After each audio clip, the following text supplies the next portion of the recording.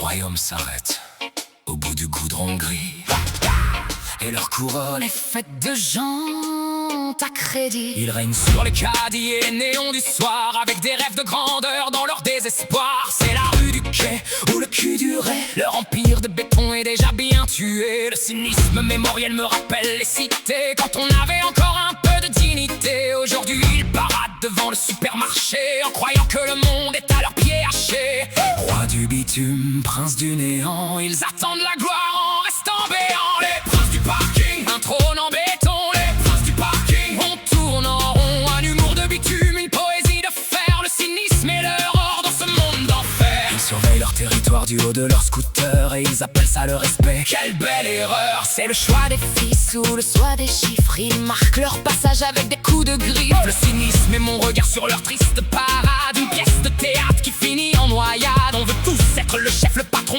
le caïd, mais on n'est que des ombres dans un monde aride. La pile de boîte ou la boîte de pile, on entasse les regrets dans des vies inutiles.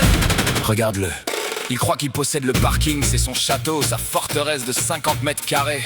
C'est le goût du sang ou le gant du sou, c'est le goût du gazole et de la frustration. Hé petit prince, demain matin, les éboueurs vont ramasser ton trône. Ça te dit un tour de manège sur un transpalette. Let's go! La poésie urbaine est un cri dans le noir, que personne n'écoute au bout du couloir. On nous vend de la street en format de luxe, pendant que les vrais gosses crèvent dans le flux. C'est un vent de panique ou un pan de vanique. La vie de quartier est un piège électronique. Le cynisme est mon filtre, ma seule protection contre la grande farce de votre ambition. Ils se battent pour une place de stationnement, comme si c'était l'enjeu du gouvernement. Ils s'insultent pour un regard, pour un peu de fumée, pendant que leur propre vie est déjà bien assumée. C'est le choix des dames ou le doigt d'échappe. On cherche tous une sortie à travers le vacarme. Le bitume et leur bible, la gomme, leur religion, perdus dans la fumée de leur propre illusion. Et quand la nuit tombe et que le rideau se ferme, ils restent là, immobiles comme de vieux termes. Leurs carrosses sont éteints, leurs néons sont grillés.